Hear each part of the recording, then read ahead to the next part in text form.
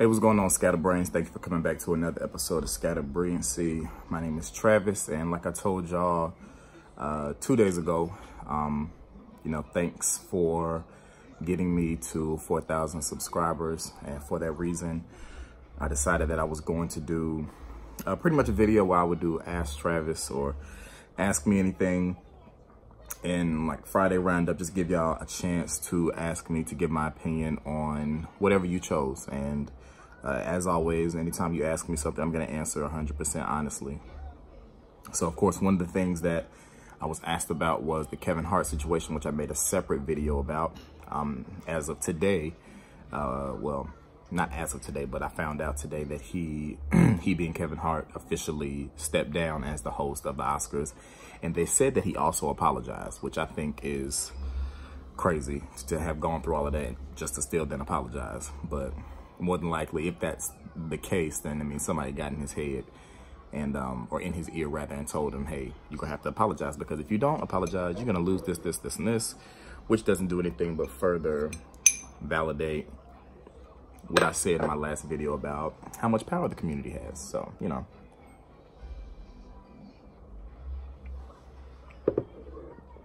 But there was only a couple other things that y'all wanted me to talk about. So I'm just going to quickly go through that and, finish enjoying this winter storm. School is canceled tomorrow, so I don't have anything else to do. So Brangie asked me if I watch Ready to Love on OWN, and I don't. And she said, but if you have watched it, how do you feel about older women dating younger men, particularly the men wanting children from these older women? One woman is 44 and the man is 39. She has a child and he doesn't have any. I don't necessarily have an issue. I don't really feel any kind of way about age gaps as far as, how old people are. As far as dating is concerned, for me, I've never dated an older woman. I've dated girls who were older than me by a couple of years, but never like 5, 10, 12 years. So I don't really have any experience with that or know any guys in that kind of situation. But for me, it's kind of like, hey, if both people are on the same page, if both people enjoy each other, hey, go for it. Do whatever is going to make you happy. But, I can't say that if I was single, I would entertain the thought of dating an older woman, especially if I didn't have children and I knew that she was at the age where that might not be the best thing. That's the only thing about children, is men can have children into their like 60s and 70s, whereas women's cutoff gets, the window gets narrower, more narrow and narrow, after like 34 or so. So, I mean, that's just something that you have to consider. But for whatever couple in particular she was talking about, as far as the man being 44 and the man being 39, if they decide to move forward with their relationship, there just has to be a clear understanding. He has to be understanding to the fact that she might not be able to have any more children, or she might not want to have any more children, and he has to decide, is he going to be okay with this 10 years from now? And if you feel like the chances of you being okay with that are no, I don't think you should enter a relationship. But that's just what I think. Jessica Wright asked about interracial dating, specifically black men dating non-black women. Beyond the preview of loving who you love, what are my thoughts on interracial dating? I don't necessarily have an issue with interracial dating, and I'm not necessarily pro interracial dating. I'm kind of just in the middle. I've never dated outside of my race as an adult. Like, I had like white girlfriends when I was like in elementary school, but I have never like as an adult dated anything other than a black woman, just because for me, black women are the most beautiful women on the planet. I mean, that's just my views. So I was never really opposed to dating anyone else, but that's who I sought out. I do know that there seems to be this idea that dating outside your race is somehow better for some people, or that some people will have such strong stereotypes for their, let's just talk about black people. Black people, some black people have such strong stereotypes about, such strong stereotypical views, I should say, about black people that they choose to date outside of their race. And I think a lot of that has to do with immaturity, just because I don't understand how people can group a whole race of people together based off your experiences with a couple.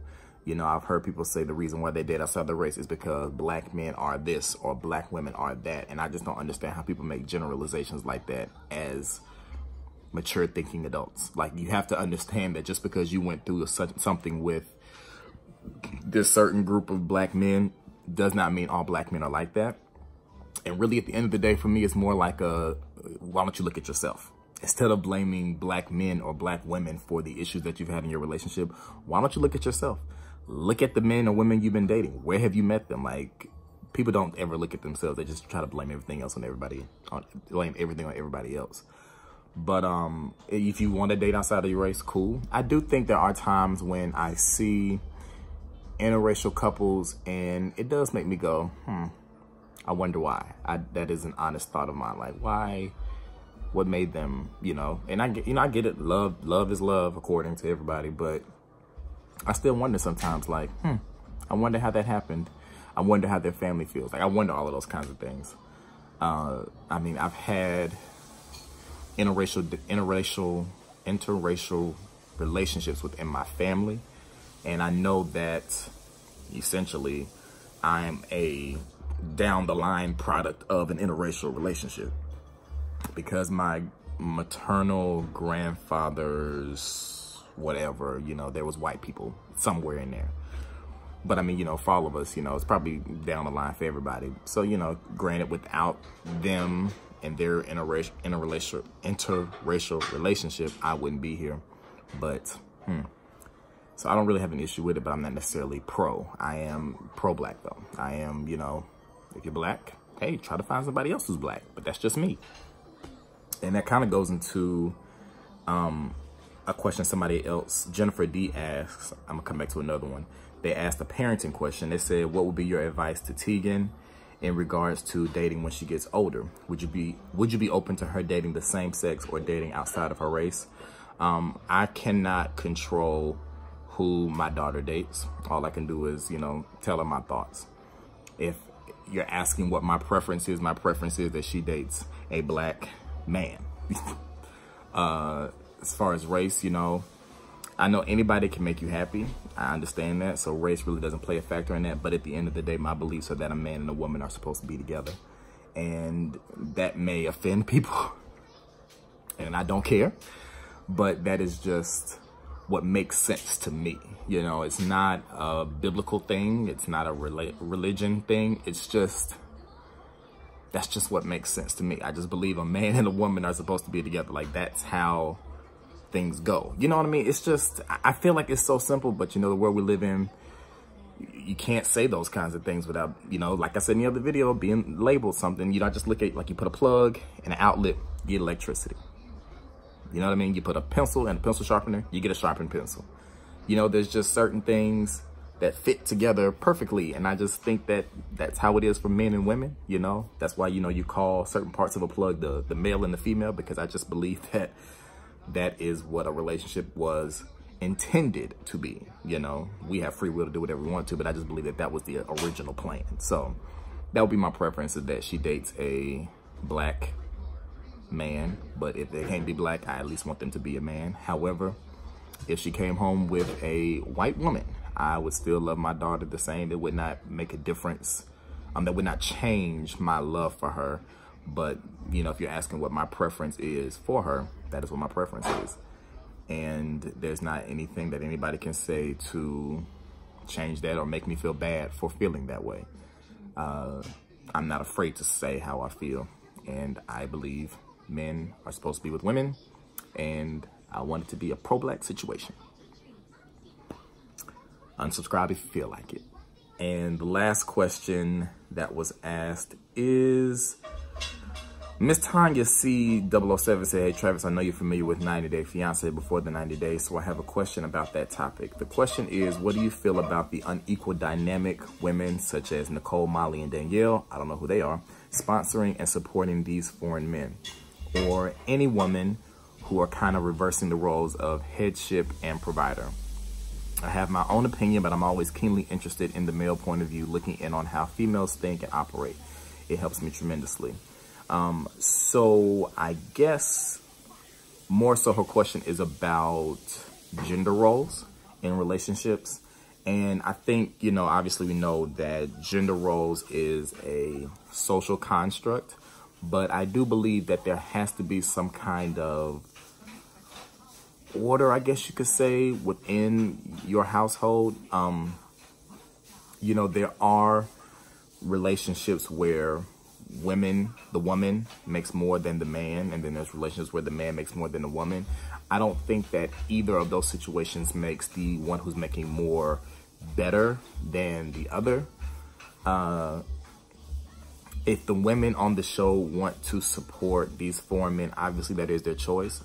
But if that was my daughter, I would tell her, you're stupid. Because I think it's, you know, it doesn't make sense to me why you would go all the way across the waters to go find love when there's love right here in the United States, that you don't have to worry about visas and passports and all that kind of stuff. For like, I think anybody who feels like they need to go outside of the country that they live in to find love, like there's a problem there, you know. I don't know what that problem is, but there's some kind of problem with that for me. As far as reversing the roles of headship and provider, it's hard, like, because I think I have a natural desire to want to be a provider for my family, but at the same time, you have to also keep in mind that provider does not just mean financially. And I think that that's the part that gets a lot of people messed up when it comes to relationships, is they just automatically assume that for a man to be a provider, he's supposed to be providing finances. And there's so many other things that men should be providing their families, as well as women should be providing their families, you know. So I do think that men are supposed to be providers, but not just providers of finances, but I also think that women are providers as well. And I think that we have to kind of ease up these standards that we've set for ourselves for what those definitions are within our relationships, if that makes any sense. But that's all the questions y'all had. You know, like I said, anytime I do an Ask Travis, I will answer the questions honestly. And, you know, I understand that my opinion sometimes may not be what's popular, but as I will try to make very clear to y'all, I'm never about trying to be popular. I'm appreciative to all 4,000 plus people who decided to hit the subscribe button because they felt like my content was something that they wanted to pay attention to. And for those who feel like, you know, hey, this is going to be your last video, hey, I appreciate you watching thus far. And, you know, well wishes on your journey in YouTube land. But I'm just trying to keep it real with y'all. That's all I'm trying to do. I'm not trying to sugarcoat anything. I think we live in a world where things are sugarcoated. Everybody's trying to be politically correct, and that's just not me. You know, I think things are just real simple and real basic, and we just make them complicated. But that's all I got for today. It's a really short video. Ask Travis Friday Roundup, whatever you want to call it. And as far as I know, I answered all the questions. There's only 4 of them. So yeah, let me know what y'all think about these topics that I just quickly went over. Make sure you rate, comment, and subscribe if you have not already, and share if you feel like it. If you have any additional questions that you would like for me to answer. Oh, somebody asked me a question last time, and I said I was going to answer it in a new video. Oh, someone asked me, Jennifer D, I think she asked me one of those questions as well. Yeah, she asked me last time, what advice would you give young kids regarding dating and relationships? Everything is so surface and temporary and seems like the love and hip hop relationships are idealized. So I can answer that because I didn't answer it last time. Advice that I give anybody young as far as dating and relationships is spend your time on something else. Dating and relationships is not anything that I feel like needs to be a priority for anybody under 18, to be perfectly honest with you. I just, thinking about where I was pre-18, being in relationships and all of that kind of stuff, it was really, I mean, granted, it helps you grow, but it's not anything that needs to be a priority for anybody that young. I mean, it's crazy when I have kindergartners who talk about boyfriends and girlfriends, and it's like, you're in kindergarten. Like, the other day, I had to full-blown be Iyanla Van Zant to counsel 2 kindergartners who were going through relationship issues. And their friends, this was on the playground, mind you, their friends were trying to get them to talk, to work out their issues. And the boy came to me, he was like, my girlfriend doesn't want to talk to me. We having this issue, this. I'm like, y'all are kindergartners. Why is this even a thing? Go play. Like, I just think kids, sometimes they just be in a rush to grow up, and it's like, it ain't nothing fun about being an adult. I mean, granted, there's some things, but bills, you know, hey, it's not that great. But my advice to any young person who's, you know, thinking about trying to be in a relationship, don't. Go do something productive with your time. Do something productive. Think about what your future goals are going to be, because the truth of the matter is, the people that you're in a relationship with when you're 13, 14, all of them time, you're really not going to remember them when you get older. And even that, you're going to see them in the store, and they're going to be busted. Because I just saw X at the store the other day, and she was busted. She, the way she got my attention was she was like, stranger danger. So I'm talking, it's me and Tegan in Target. And she's like, stranger danger. And I look up and I look back down because I don't know who that is. And she said, a stranger danger, excuse me. And I'm looking at her and I'm like, oh, hey. And I'm like, why are you speaking to me? Why are you speaking to me? We don't have that kind of relationship. I haven't seen you in years. So, I mean, you are not going to remember the people that, I mean, clearly I knew who she was. And she looked bad. But you're not going to really remember these people that you're in relationships with when you're younger. I mean, it's just, it's not important. It's not important. Don't go through that heartache for no reason. Well, Tegan's up, so that's the end of this video. I'll talk to y'all later. Peace.